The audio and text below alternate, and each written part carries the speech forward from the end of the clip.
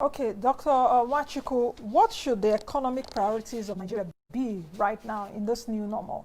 Because this new normal is also bringing new challenges for us. That means that our economic priorities have got to change. What should that be? I think, first of all, the way in which we do economic planning needs to change. We have to move from the short-term rush of policies in order to provide palliatives and all of that. We've had shocks in the past and we'll continue having shocks going into the future. This is a very big one, and the effects might last for longer than the previous ones I've had.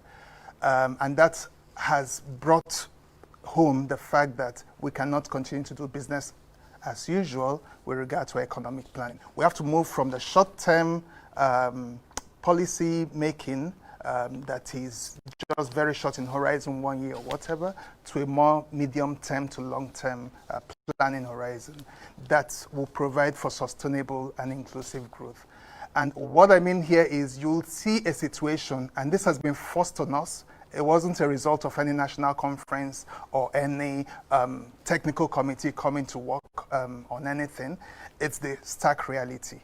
We're expecting 5.5 trillion naira from oil revenue. We're not going to get more than 1.5. So it is stark reality.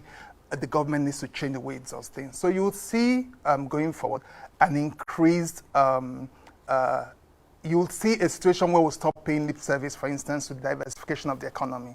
We've been talking about this for several decades, and we haven't really achieved it. Yes, we've made some little progress here and there, but you see this pandemic forcing on us the reality that we cannot continue this way. Our economy cannot shut down and open up on the basis of what happens thousands of kilometers away from here. So we're going to see a situation where government begins to look at, government and individuals at really working on the agriculture sector. We've had a lot of progress already made there, but we'll see increased emphasis there. We'll also see increased emphasis on the manufacturing sector.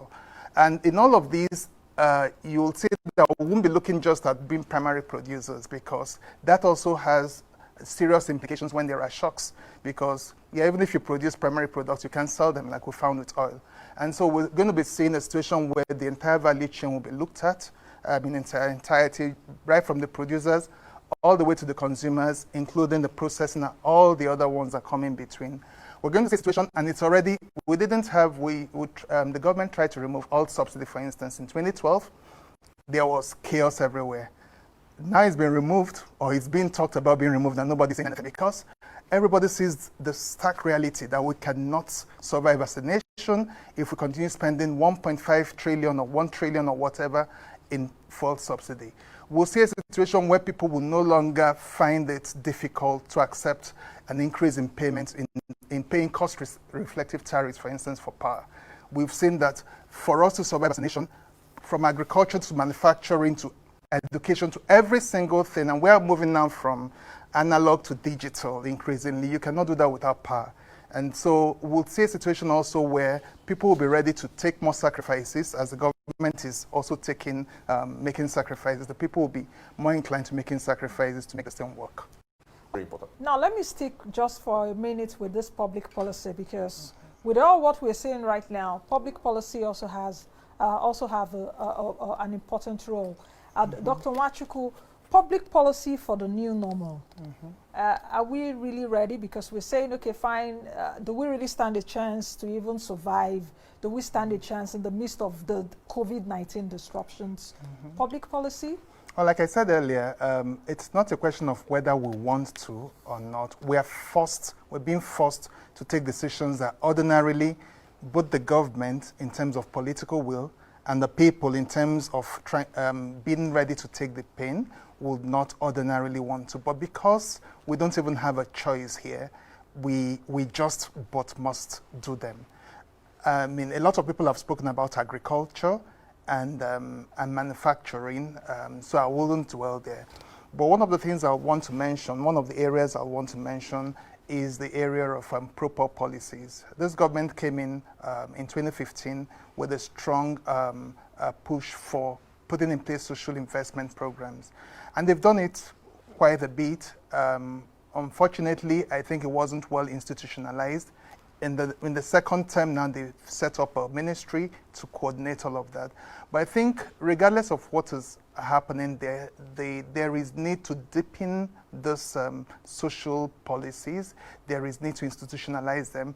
And then this should continue after COVID. We've seen the capacity, for instance, of certain countries to bring in huge sums of money to pay to individuals, to pay to companies, to be small businesses. It cannot happen here in Nigeria because we don't even have the data. And this goes back to what a lot of the panelists have mentioned about the database. We don't have the data, so we need to invest in the data to get to know who are our citizens and what are the different categories so that we can even target them. Because if social policies are not well targeted, I know that the fuel subsidy issue, the electricity issue in terms of the amount that is paid, is all a way of subsidizing the people, but you don't, that's not targeted because you're not subsidizing, you're not supposed to subsidize everybody, you're supposed to subsidize those that really need it. So there's need for targeting in our proper policies. For instance, the education system, there are lots of things that are being done, but again, the targeting is a problem. Having the numbers, having the information about the people is key. Also in the health sector, there is a lot that can be done in terms of pushing and ensuring that the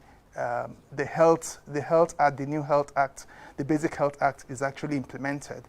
There is funding there, guaranteed funding of 1% of CRF, and it's now a question of the government actually pushing and ensuring it's done. There is need for a lot of reforms in terms of revenue generation, prudent management of the economy and all of that, because there is also, the government doesn't have a choice. The people also don't have a choice.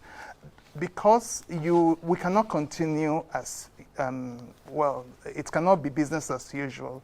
The revenues have dropped significantly, and there is no way, if you look into the future, you don't, except this pandemic stops all of a sudden, there is, the revenues are going to be depressed for a long while. So there is need for government to look at ways of actually plugging all the leakages and all the loopholes for revenue leakages. Doctor, we've been talking at least in the last 1 hour, 45 minutes. Solutions have also emanated. I guess that people that have also been watching us would have gotten some kind of smart ideas, since I have a lot of smart people on the panel. So what's your own concluding remark, even as we play in this global economy? Well, I think basically it's obvious that there is a new normal.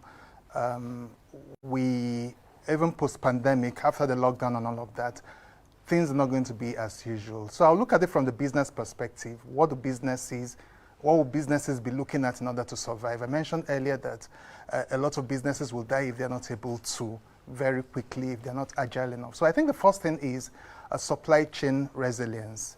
One of the greatest disruptions or problems that businesses have had with this COVID pandemic has been disruption in the supply chain, from raw materials to intermediate goods to final goods. I think companies are going to be looking at, businesses are going to be looking at how to strengthen their supply chains, how to diversify their supply chains, not from one supplier or one off-taker, but several, and also not within one country. I think another thing that businesses should be looking at is technology. We've spoken about it a lot. How do we transition for those who are been analog all the while? How do they transition? A friend of mine who works in a tech company told me that the company, even with the gradual ease of the lockdown, have refused to go back to the office because they realized that performance, productivity increased more than 100-fold. And so companies who survive this have to be looking at how we latch on to technology. The third thing, and there are just two more, the third thing is cash. In a crisis period, cash is king. Businesses should be looking more at not leveraging too much, but holding cash. Also, in terms of costs, they should go towards more variable costs rather than fixed costs. So in terms of, for instance, staff, many companies will be looking at, do we hold so many full-time staff, or should we have people that come in on a project-by-project basis? And the last thing is innovation.